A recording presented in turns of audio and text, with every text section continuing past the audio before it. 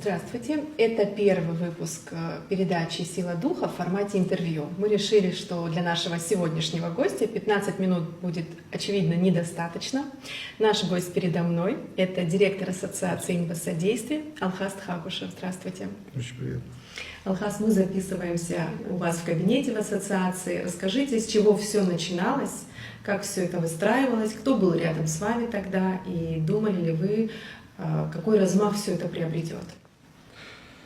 Ну, это были послевоенные годы. Честно говоря, разруха была вокруг и блокада. Страна жила в режиме блокады. Можно сказать, что мы тогда выживали после тяжелой войны. Ну, такая идея появилась организовать центр, где мы могли бы помогать друг другу, делиться опытом. Но мы, когда я говорю, я имею в виду, ну, мне так казалось тогда, я вообще мало что знал об этой проблематике, потому что сам был молодым парнем и ничего не знал, а в Советском Союзе как бы инвалидов не было. Этот инклюзивный подход и включение людей с инвалидностью в общество – это относительно недавняя история для всего мира. Вот, мы начали работать, первый человек, с которым я близко эту тему обсуждал, и потом мы начали как-то ее тянуть, это афонский тоже парень, мы с детства знакомы, Милор Чалмаз. Вот, мы вместе, он стал рядом тоже, и мы вместе вот начали искать помещение, еще что-то. Вот сюда, когда мы пришли в это здание, здесь ни окон, ни дверей не было. И, значит, привел нас сюда Геннадий, который узнал, что мы ищем помещение, а узнал он об этом от Ахмеджане. Вот мы в тот момент как раз осуществляли свой первый проект, не имея еще никаких помещений, ничего особо не имея, но мы вот собрали группу ребят, и была такая организация прекрасная, называлась компьютерный центр. Это где сейчас Дом юношества находится, там они находились. Вот. И, в общем, Ах рассказал гений, это такое сарафанное радио. В общем, Ах у нас преподавал, он был преподавателем компьютерных курсов. Вот. Тогда еще были, конечно, эти компьютеры, это Pentium, такие вот большие мониторчики, и все не было таким крутым, как сейчас, но по тем временам это был, конечно, топ. Вот. И вот Гена нам сказал, я как бы имею отношение к Конфедерации народов Кавказа, вот у нас там есть помещение, это вот этот комплекс зданий вместе с гостиницей, он был когда-то передан Владиславом Григорьевичем еще, по-моему, во время войны или после войны, я уж точно не помню, но в общем он был передан, этот комплекс Конфедерации народов Кавказа, и все это здание тоже полностью. Ну, Гена нас привел, сказал, говорит, ну вот, если вас устроит, ну, как вы видите, здесь сейчас там подъемник стоит, а там не было подъемника, лестница там огроменная, в общем, все было не сильно доступно, но мы очень обрадовались, то есть мы как-то, видимо, по молодости у нас был просто один неиссякаемый оптимизм, мы хотели что-то делать, потому что прошла война проклятая, и, ну, как бы, честно говоря, было большое желание жить, продолжать и что-то делать. Мы сюда пришли, я не знаю, стоит это рассказывать, нет, ну, я вам расскажу, потому что жизнь такая была, здесь обитали два бомжа, вот, как оказалось, потому что здесь никого не было, вот реально ни окон, ни дверей, ничего не было. Мы когда пришли в соседнее помещение, они там находились, вот, ну, в общем, нам пришлось провести переговоры впервые в жизни с этими очень интеллигентные, очень хорошие ребята. Они вам уступили территорию, да? Ну, мы поговорили, мы сказали, вы знаете, вообще нам очень неудобно, конечно, но нам вот передали эти помещения, на что там один из ребят сказал, этих мужчин, он сказал, говорит, ну, если мы договоримся, то все будет хорошо. Я сейчас прямо вспоминаю этот эпизод и смотрю телевизор, думаю, ну вот прямо Дональд Трамп в чистом виде. Да, тоже вот заключение, как это сказать, искусство заключения сделки. И я говорю, ну, а как договоримся? Извините, ребята, говорю, у нас не так много возможностей. Он говорит, ну там, в общем, мы договорились, там колбаса им нужна была и водка. И напарник сказал, ну добавьте еще одну водку, и мы договорились. Они перешли в помещение ЗАГСа, которое, по-моему, до сих пор в таком же состоянии находится, вот, но их там уже нет. Потом делали первый ремонт, и нам очень помогал большой друг нашей организации, и мой, к сожалению, он во время пандемии вот, покинул нас, Адгур Адзенба, вот, который сам ветеран, и всю войну прошел, светлая память ему. Он помог нам сделать первый ремонт, и 15 февраля 1997 года мы здесь устроили презентацию. Передаю привет Эльзе Чамба и Нале Картузе, которые тоже наши друзья нашего центра. Они тогда помогали нам здесь марафет наводить перед презентацией. В общем, 15 февраля мы как бы... Сколько это уже лет прошло, честно говоря. 28-29, да? Ну вот, очень давно это было, короче говоря. Вот, мы открылись.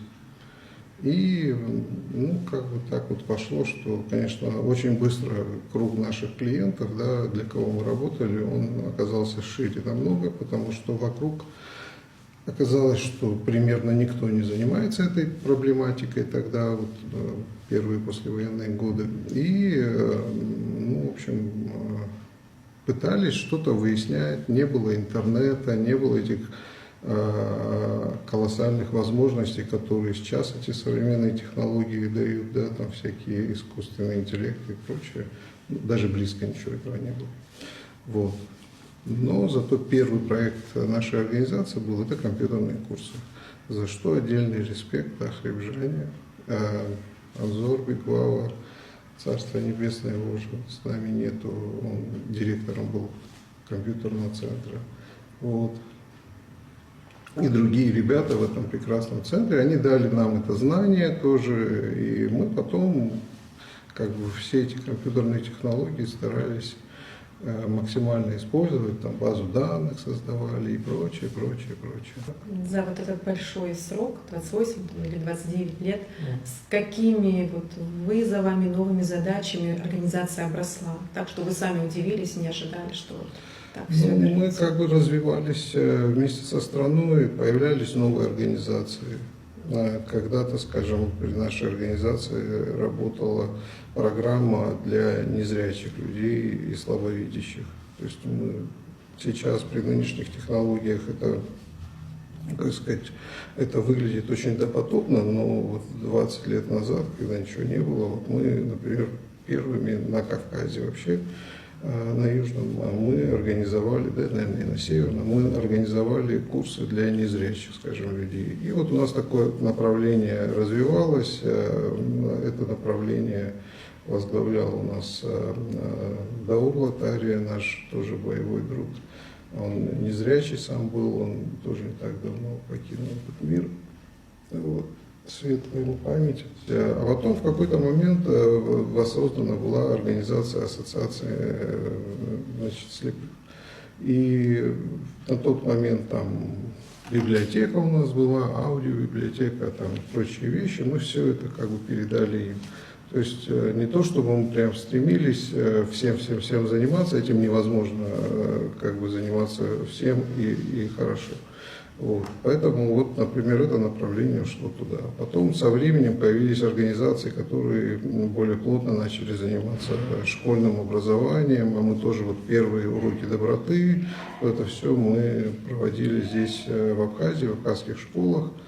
Появились организации, и мы с удовольствием передали. Потом долгое время, скажем, мы как бы поддерживали работу Ассоциации родителей детей с инвалидностью.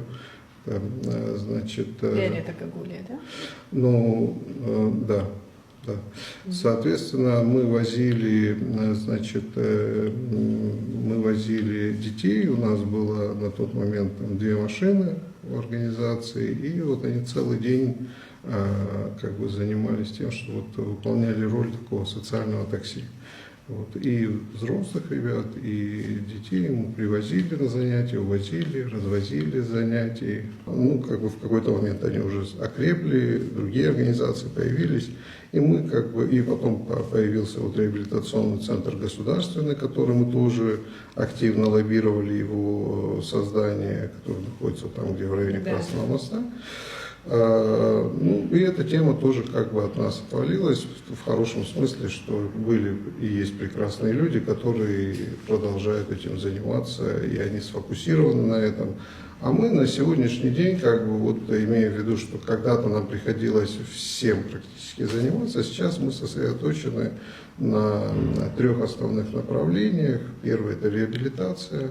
Второе направление – это общественная приемная, куда обращаются люди с разного рода инвалидностью или их близкие, если у них есть какие-то информационные проблемы или правовые вопросы, мы как бы стараемся этим людям помогать.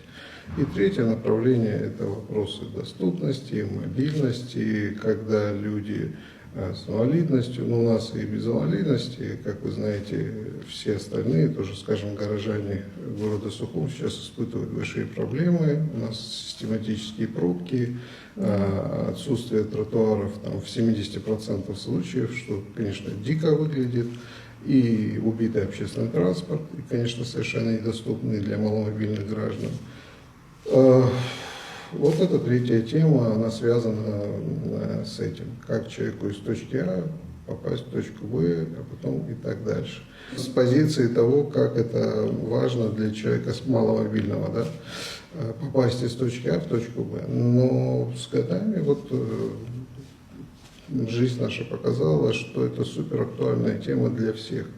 И сейчас мы как раз в процессе того, чтобы попытаться помочь нашему городу, а потом дальше стране решить эту проблему, чтобы у нас не случился транспортный коллапс. С этой темой проблема была такая, что она была неочевидной. Вот, скажем, с прошлой администрацией 5 лет назад с Бесланом Федоровичем Межба мы тоже это обсуждали, и у нас там мы вместе с администрацией города, с ГАИ создали тогда рабочую группу и какие-то вопросы пытались поднимать. Вот, к сожалению, в этой сфере у нас практически нет транспортных инженеров, у нас вообще транспортников профильных с образованием, их нет.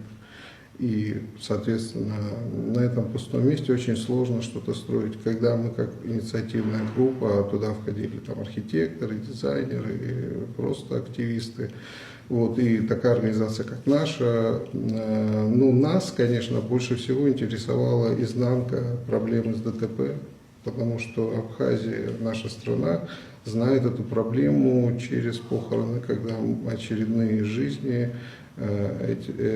значит, мы теряем, в основном молодых людей.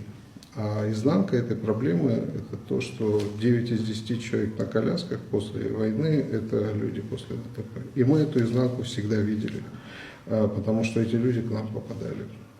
Ну вот 5 лет назад мы предлагали, это было неочевидно. Но мы провели исследование, то есть всегда, когда мы в своей работе к чему-то приступаем, мы как бы проводим исследование, мы пытаемся понять, с чем мы имеем дело. И мы выяснили, что рост автомобилизации, есть такой, значит, есть такие цифры по миру, они считаются, эти цифры на 1000 жителей, сколько автомобилей у людей находится во владении. Вот. Мы посмотрели, сопоставили цифры, опять же, никто у нас этим не занимался, поэтому там и те же гаишники наши, они очень были удивлены. Когда мы им сказали, что там через 3-4 года у нас уже будут системные пробки, ну, тогда это было совсем не очевидно. Ну, как бы пробки случались тогда уже около школ, да, но все же это было настолько незначительно. Уровень, еще не было столько автомобилей, чтобы мы вот как сейчас каждый божий день уже стояли капитально в пробках, и нужно понимать, что главная проблема здесь – это количество автомобилей в городе и отсутствие какой-либо альтернативы. То есть мы заставляем всех людей сесть за руль автомобиля, что не есть хорошо. И в современном мире уже давно это посчитано. Просто мы пришли в эту точку сейчас, когда люди могли себе позволить много этих машин покупать. И сейчас они все удивляются, я смотрю эти комментарии, которые пишутся, там типа вот что такое, пожалуйста, там в районе РО что-то сделайте, там заторы. Это правильная постановка вопроса, но, к сожалению, на глобальную картину не влияет. Да. Потому что через это место еще больше машин поедет в центр города, и еще более дружно они встанут в еще более плотную пробку. В какой-то момент мы дойдем до состояния Москвы 10-15-летней давности, когда Москва, если не знаю, вы попадали в тотальную пробку в Москве, да, когда она прямо стоит и никуда не едет. Да. Вот просто, мы идем приблизительно к этому. Сейчас с новой администрацией мы обсуждаем возможные варианты, но пока, я бы сказал, я испытываю осторожный оптимизм, но наша группа предлагает с новым мэром, с Тимуром мы уже встречались. Мне показалось, что он готов, потому что у нас, как и в случае с энергетикой, например, с другими проблемами, многие наши политики, они, к сожалению, не шли на непопулярные меры. Как вы знаете, в энергетике мы тоже пытались законы физики и математики обмануть. Мы кто это? Люди, которые ответственны и принимали решения. Они думали, что можно, позволить, легализовать майнинг при уже существующем энергодефиците. И я не знаю, какие мысли у них были, но, в общем, как оказалось, что эти мысли были совершенно глупыми. Тут и коррупционная, видимо, составляющая, потому что не просто так эти гигантские фермы подключались и прочие вещи. Они привели нас к состоянию пещерных людей почти, можно сказать, этой зимой. Приблизительно такая же тема, которую сейчас не осознают люди, она касается тоже темы транспорта. Она архиважная, потому что когда страна к следующему сезону, если мы никаких сейчас экстренных мер не предпримем, очень непопулярных, типа платных парковок и прочих вещей, то город станет в пробку, будет очень-очень нелегко. Но мы надеемся, что новая городская власть не испугается, хотя им тяжело сейчас, видите, эти ливни, дожди, и это тоже. В общем, мы можем с вами плавно перейти в тему урбанистики, но это... Да, давайте мы вернемся. А если говорить о строительстве пандусов и вообще оборудовании зданий, здесь как вы оцениваете ситуацию? Плохо оцениваю ситуацию, очень плохо. Не сказать, что ничего не делается, делается. Но мы сейчас на той стадии, когда мы должны от рекомендательных мер в законодательстве, в нормативной базе и на уровне города, Сухум, как столицы, я надеюсь, здесь нам удастся это сделать намного быстрее, и на уровне страны мы, наконец, примем обязательные меры, которые позволят нам гарантированно быть уверенными в том, что когда здание строится, просто нужно понимать, если здание старой постройки, и там не учитывалось, или даже новое, но не учитывалось, не учитывался этот элемент доступности, то перестраивать это всегда в 3, в 4, я не знаю, в 5 раз дороже, чем в момент строительства, капитального ремонта или вообще возведения нового здания. Если вы это все учитываете, то это в разы меньше денег стоит. Но у нас как-то, к сожалению, в строительстве, как и во многих сферах, мы пытаемся быть недисциплинированными, не соблюдать стандарты, правила, нормы. Это же не только вопросы доступности, это вопросы, сейсмики. Мы в сейсмоопасной зоне находимся, где периодически нас тоже трясет. И прочие всякие вещи. Не просто так эти стандарты придуманы, что сечение арматуры должно быть такое-то при такой-то этажности здания, марка бетона такая-то, и прочие вещи. То же самое касается пандусов, которые сейчас в мире, это норма считается. Буквально вчера меня вызывали, есть такая прекрасная организация «Центр Проспект». Вот. Там прекрасные люди работают. Я им привет передаю. Вот они вызывали, у них новый сейчас какой-то офис должен появиться. Прекрасное здание стоит тоже, ну, недоступно. Недавно построенное, вот там договорились, я там какие-то консультации давал. Это обычная история. Всегда мы этим занимаемся. Ну, есть примеры, например, когда самые плохие примеры для меня, это когда люди для галочки, да, что-то делали. Понимаете? Вот просто взяли и для галочки сделали что-то. Лучше вообще никакого пандуса, чем пандус, которым вообще или невозможно пользоваться, или он опасен даже. Вот, скажем, огромный вот этот, значит, изогнутый такой рюшечкой, вот любят кто-то вот, видимо, там строители посчитал, что это круто будет выглядеть. То есть визуальная картинка, скажем, наш музей, да, основной, там вот этот огромный пандус. Он очень опасный. Мы уже несколько раз говорили, обращались, чтобы его закрыли, вообще снесли. Потому что, не дай бог, если кто-то туда заберется и попытается спуститься, там можно себе шею свернуть вообще очень быстро.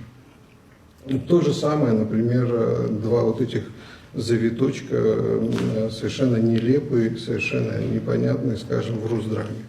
Вот, они вообще не функциональны, это на выходе там, с двух сторон. Ну, я понимаю, тоже это, типа вот эти рюшечки нужны были, потому что это типа красиво. Я не знаю, у всех там свои представления об эстетике, но почему-то до сих пор они там есть. А внутри, например, Русдрама, ну я так пытаюсь называть такие места, которые публичные, которые всем известны, да, там, скажем, я думаю, очень, ну, как бы, есть много других примеров, но они не так будут знакомы людям. И внутри Росдрама тоже есть там, ну, правда, дети приспособили, они там используют эту горку внутри, да, типа пандуса, как такую вот, ну, как горку детскую.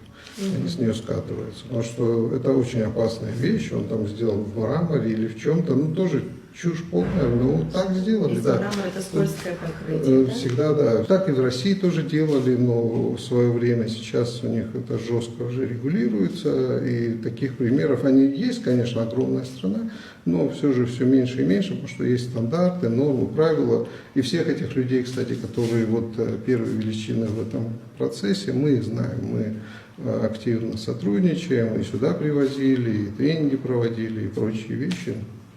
Вот. Но нам, как всегда, в любой сфере, да, нам не хватает вот как бы ответственного отношения. И это безответственное отношение, к большому стыду и большой боли, я говорю, что ну, получается так, что это очень сильно потом по самим нам бьет. Вот. Ну, нельзя как бы идти против законов мироздания. Вот если по физике так, значит так. Если циферки тебе говорят что-то, то ты должен. Там нет как бы правых, левых, там политических симпатий, антипатий. Там просто есть цифры. Вот. И, к сожалению, как и в энергетике, как и в транспорте, как и в мобильности, власти меняются, но подходы, как вот пока все не начинает обрушаться, мы считаем, что мы можем ну, как бы игнорировать эти явные знаки, которые нам говорят: друзья, пора поумнеть. Тяжело нам, да. Ну, мы в процессе, в конце концов. Так, а позитивные примеры все же есть? Куча позитивных примеров. Да. Нет, я говорю об ответственности в основном нашего государственного аппарата. Пусть не обижаются люди, но если как бы брать не государственный аппарат, например, а там, скажем, наши коммерческие структуры, там просто море позитива, я бы сказал, океан позитива.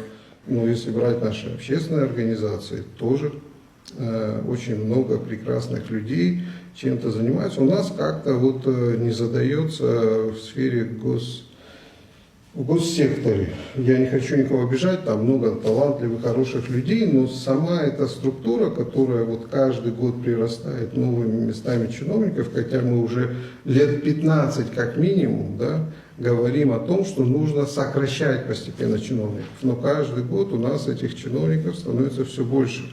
Опять же, в каком-то разумном количестве, да, эти люди, если они эффективно, опять же, работают, то это для страны большое, ну, как бы благо. Но нигде в мире так не получилось сделать, чтобы государственный сектор был эффективным. Ну, это как бы один из таких родовых изъянов, что ли, этой темы. То есть те же немцы, например, какие-нибудь, или японцы и так далее, они оставляют за государством ровно то, чего они не могут, на их взгляд, там не оставить, там какие-то стратегические отрасли, там еще что-то, понимая, что государство будет этим управлять совершенно не так эффективно, как, скажем, бизнес и так далее. Вот. Но мы почему-то решили, что именно в Абхазии такой подход, когда все будет поручаться, все главные, самые важные, ответственные вещи будут поручаться чиновникам, мы будем создавать, вот проблема есть, давайте создадим еще одно министерство, еще один какой-то комитет, еще что-то, и нам будет благо. Ну, оказывается, что не благо, но мы почему-то в этом направлении идем. Не знаю, я очень надеюсь, что вот эта новая команда, как-то они все же критически осмыслят это дело и поймут, что это прямо, это то, что реально может похоронить нашу страну. Потому что ну, вот это супер-мега-эффективное управление от государства мы видели в отношении энергетики. Это же не частные компании делали. То есть это каждый раз кивать на людей, типа вот люди то, люди это, ребята, вы этой сферой управляете. У меня вопрос, у Аквафона Мобайла есть проблемы с оплатой их услуг? Нет. Люди как-то платят. Понимаете, просто вы должны все вовремя и правильно организовать. А если вы десятилетиями фигней занимались, да, ну, тогда получаете результат. Ну, опять же, я не хочу сказать, что там очень много прекрасных людей в энергетике, например, и так далее, но часто как бы политический уровень, он заглушает разумные, рациональные доводы, скажем, тех же энергетиков. И я очень рад, что сегодня, наконец, у нас, там, скажем, вот на этом посту сидит человек, который профессиональный энергетик. И, ну, по крайней мере, я его слушаю, я хоть какие-то цифры, хоть что-то, ну, мне как жителю Абхазии, я понятно, что никогда не буду экспертом в этой сфере, но мне хоть хочется понимать, почему нет света, когда он будет, что у нас, то есть, чтобы мне хотя бы честно сказали, какие трудности есть. Ну, вот сейчас, когда говорят, да, как бы мы понимаем, что и переток, по-моему, уже идет или будет, но, по крайней мере, это некая управляемая ситуация. Да. Ну, с безответственностью все очевидно. А вы сталкивались вот с явлением как бы наоборот, когда наоборот человек некой деятельностью занимается, ну, допустим, в отношении маломобильных категорий граждан, но делает это на показ, вот для того, чтобы, например, набрать очки, там, может быть, даже заработать. Вот такое явление есть у нас в Абхазии? Ну, везде, я думаю, что все человеческие пороки нам не чужды. Ну, я могу порыться в своей как бы памяти и тоже найти что-то из своей жизни, как и любой другой человек, за что мне очень стыдно и сегодня, и сейчас. Ну, пусть это было когда-то, там, не знаю, в школьные годы или еще когда-то. Ну да, люди по-разному занимаются этим. Ну, знаете как, потом есть разные темпераменты людей. Потом, опять же, это вопрос каких-то возрастных ограничений. Вот мне очень сложно, например, вести такую жизнь, когда вся твоя жизнь там в Инстаграме или в Фейсбуке или еще что-то. Ну, я попользовался, пока это было диковинкой, мы там что-то спорили, это так наивно было, конечно, там, искать правду в этих соцсетях, но это не мой формат. То есть я уже старенький для этого. А вот молодые ребята, я смотрю, это ну, эстетично, красиво, и, в общем, я понимаю, что, конечно, нужно показывать свою работу, но, опять же, да, во всем нужна, видимо, мера. Есть такие проблемы, да, у нас есть. Сегодня есть такое явление у вас? Ну, всегда было, и сегодня есть, я думаю, да. Ну, и тем более, имея в виду, что, ну, представьте, там, как бы люди идут в кафешку и с кайфом там фотографируют на показ, можно сказать, какое-нибудь блюдо. Ну, я нормально к этому отношусь, кстати говоря, ну, слушай, если тебе это не нравится, просто пролистывай и иди дальше. Да, но если это касается, скажем, конкретных человеческих жизней, то, конечно, такой подход не совсем честный, он мне не нравится. Да. Но невозможно этого полностью избежать. Но, правда, для этого мы как раз, вот скажем, создали не так недавно с нашими друзьями из других организаций вот ассоциацию реабилитологов. И эта ассоциация, она как раз призвана для того, чтобы какие-то стандарты в этой сфере, да, установить, чтобы мы, развивая эти горизонтальные связи и зная друг друга, страна небольшая, а людей, которые, например, реабилитацией занимаются, их вообще здесь у нас напересчет прямо. Все считанные, что называется. Вот. И мы решили, что мы не будем ждать чего-то, тоже новый этап какой-то, и чтобы не появлялись шарлатаны в этой сфере, чтобы не появлялись люди, которые там... это связано, конечно, тема со здоровьем, и здесь еще более строгие должны быть подходы. Вот мы такую работу ведем сейчас, вот в ближайшее время будем представлять тоже профессиональные стандарты, что может делать реабилитолог, что не может, какой он, там, чтобы он в профессии был, что он должен из себя представлять, потому что к нам сюда, в Абхазию, едут разные люди, да, и они устраивают здесь какие-то коммерческие какие-то истории с привлечением и местных людей, привозят сюда кучу других и берут за это очень немаленькие деньги, а при этом мы даже не знаем, эти люди вообще что-то понимают в этом или нет. Вот недавно у нас была такая оживленная переписка в чате, мы сейчас вот с нашими юристами готовим такую правовую основу, потому что это все требует некоторого изучения. Вот мы собираемся предложить государству отрегулировать эту тему, чтобы прям нашими детьми прежде всего, да, занимались люди, даже если они приезжие, чтобы это было как-то обосновано, чтобы эти люди там могли договориться здесь о чем-то. А у нас такой хаос творится. Понимаете? И кто это приехал, кто с этими детьми занимается, с детьми, даже со взрослыми, это очень плохая история, если человек не знающий будет вам, даже массажем неправильным можно довольно плохие, причинить какой-то вред здоровью людей. А если мы говорим о более серьезных вещах, а если мы говорим совсем о малышах, то, конечно, такие вещи должны регулироваться. Попробуйте съездить там в Россию и открыть там какой-нибудь лагерь летний, где вы будете полноценно заниматься реабилитацией. К вам очень быстро придут соответствующие люди и постучатся и скажут: ребята, а вы кто? А вы что? В Абхазии пока это возможно, хотя скоро. Да. На данный момент чаще всего с какими вопросами к вам обращаются? Вот такая на первом месте категорию, если выделить.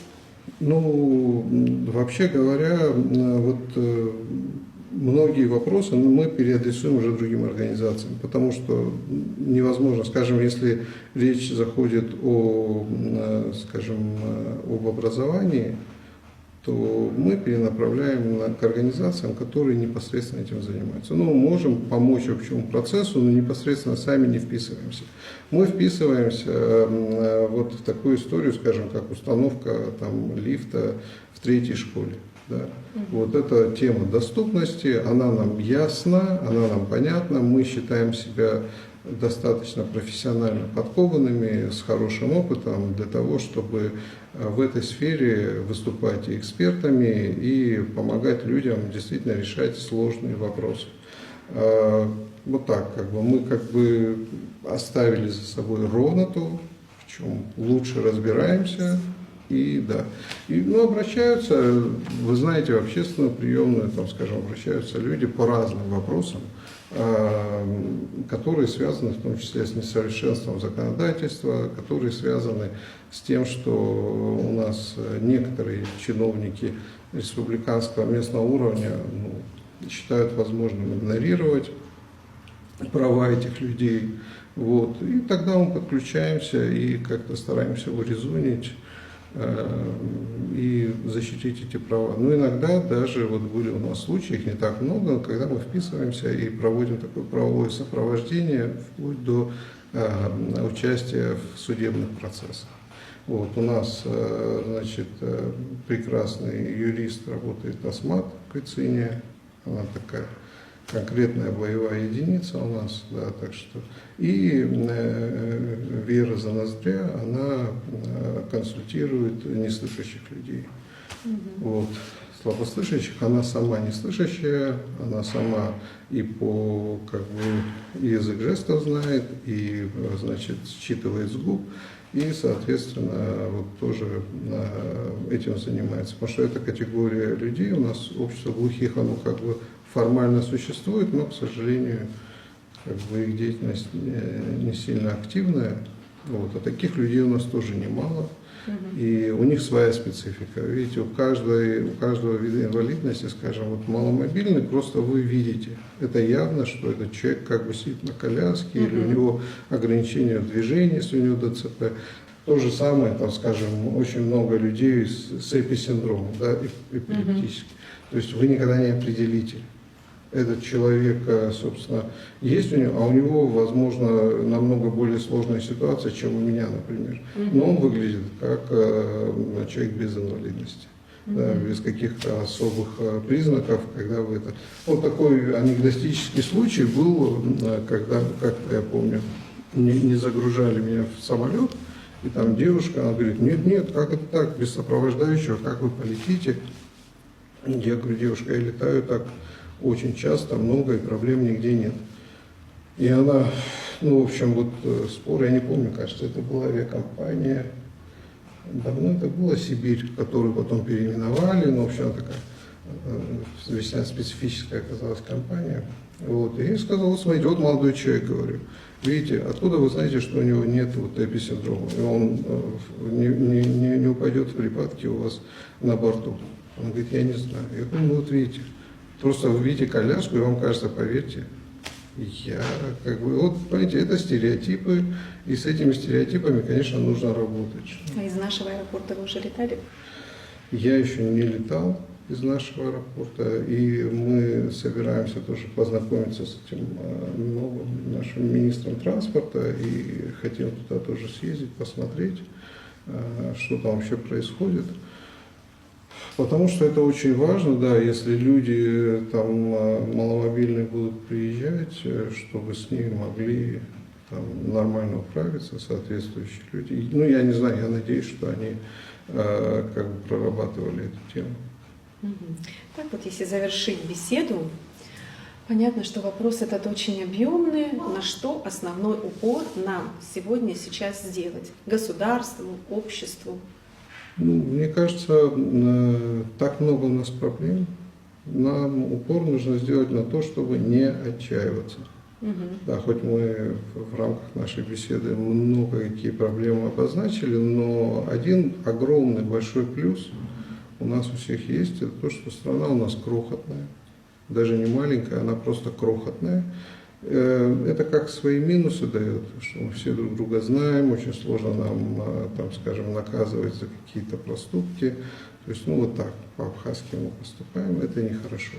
Но есть огромный плюс, что все, что если мы захотим, мы очень быстро, в считанные месяцы, то, что в той же России там могут уйти десятилетия или долгие годы на какие-то преобразования, у нас это все может делаться вот так, прямо, очень быстро.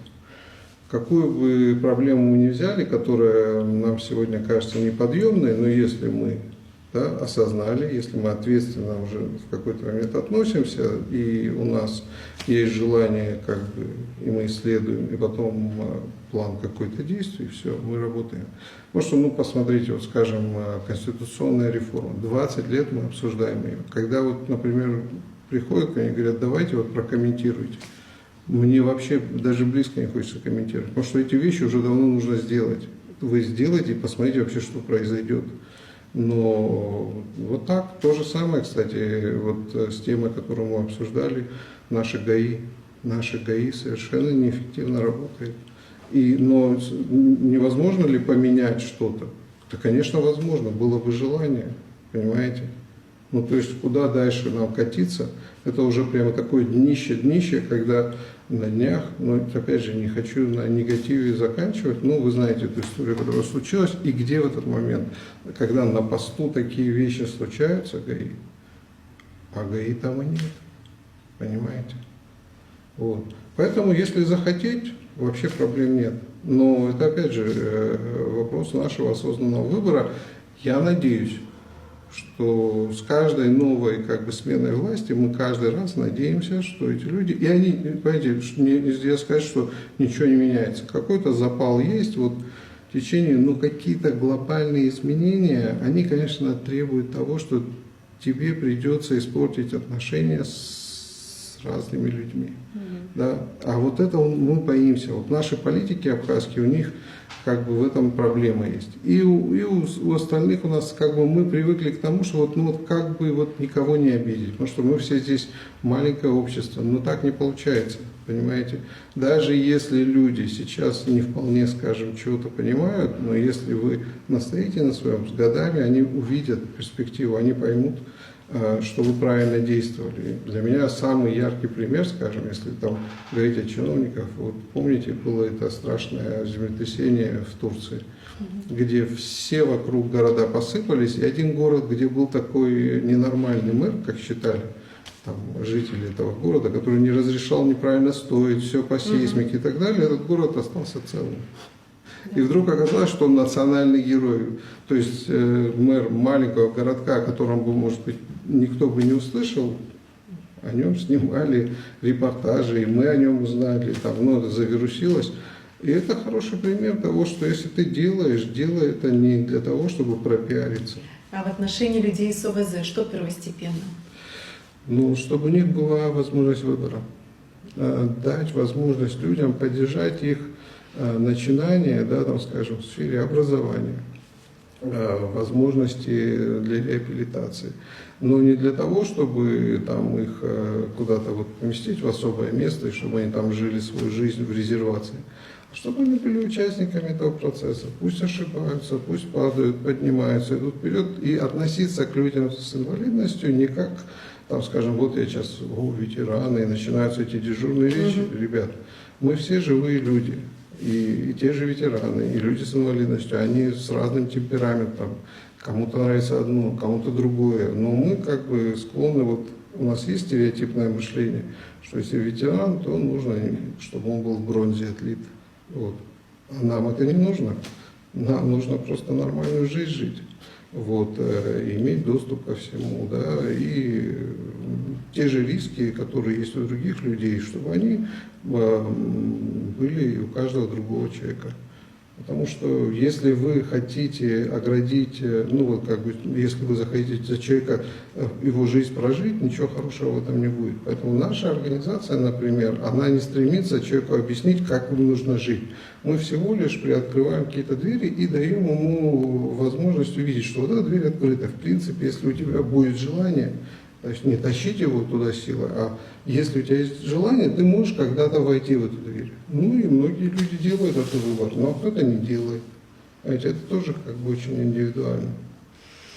Спасибо вам большое за беседу. До свидания. Спасибо.